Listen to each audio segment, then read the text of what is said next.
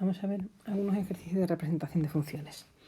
Este sería el esquema que se sigue normalmente a la hora de representar una función. Estos son los pasos que hay que seguir en su estudio. En primer lugar sería el dominio de la función. La simetría puede ser simétrica con respecto al eje o y. Para ello pues probamos que si f de menos x es igual a f de x y si es simétrica con respecto al origen, en el caso en el que f de menos x es igual a menos f de x. Esto lo hacemos simplemente sustituyendo en la función, pues lo que sea, ponemos, en vez de poner x, ponemos menos x y comprobamos si lo que nos sale es o f de x o menos f de x. Si no nos sale ninguna de las dos cosas, pues no es ni simétrica con respecto a y ni con respecto al origen. En el caso de ser simétrica con respecto al eje OY, este sería el eje OY, pues significa que si yo lo doblo por la mitad, pues va a coincidir esta parte con esta parte. Si lo que es simétrica con respecto al origen, lo que va a suceder es que va a tener como si fuera un giro, si yo lo giro 180 grados, se me va a quedar igual. ¿Qué ventajas tiene conocer la simetría? Pues que yo solo necesito pintar la mitad de la función aquí, porque la otra va a ser su simétrica, y lo mismo me pasa aquí. Si yo pinto solamente la mitad de la función, la otra hago la simetría con respecto al origen y la pinto tal cual.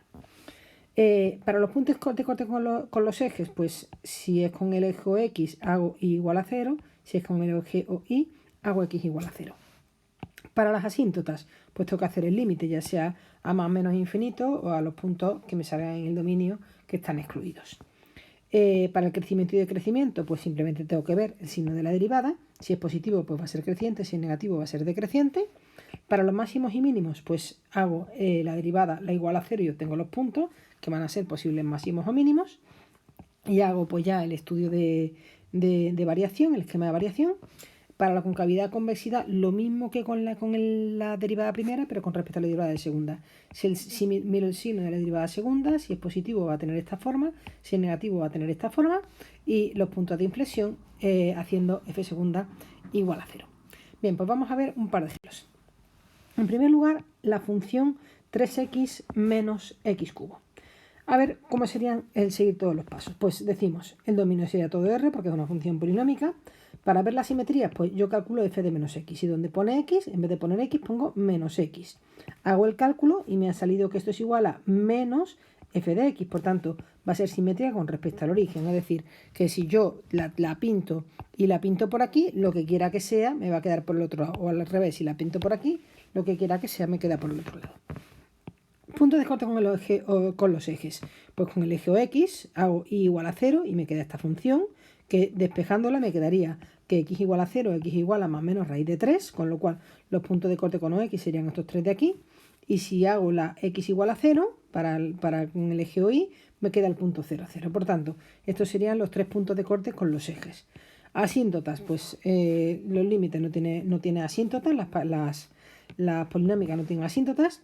Las ramas parabólicas, pues para ver si como no tiene una asíntota horizontal, vamos a ver si tiene alguna rama parabólica, alguna asíntota oblicua, pues hago este límite y me va a salir también más o menos infinito, con lo cual no me sale nada.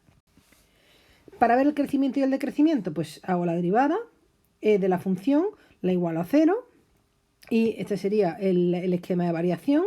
Desde en el menos 1 y en el 1 tendríamos que x desde menos infinito al menos 1, del menos 1 al 1 y del 1 al más infinito, serían los tres intervalos que obtengo. Pues f' va a ser en este negativa, en este positivo y en este negativo, con lo cual es decreciente, creciente, decreciente.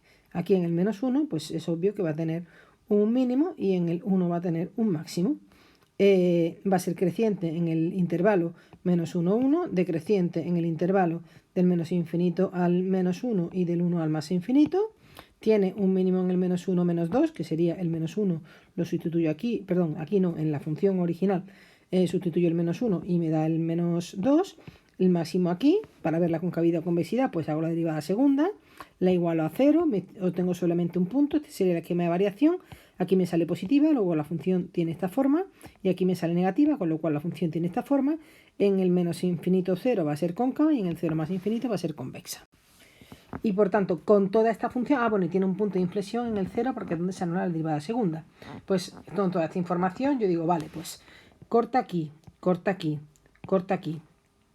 Aquí tiene un máximo, aquí tiene un mínimo, aquí es creciente, aquí es decreciente y aquí es creciente. Perdón, y aquí es decreciente. Pues esta sería la representación de la gráfica. Vamos con otro ejemplo.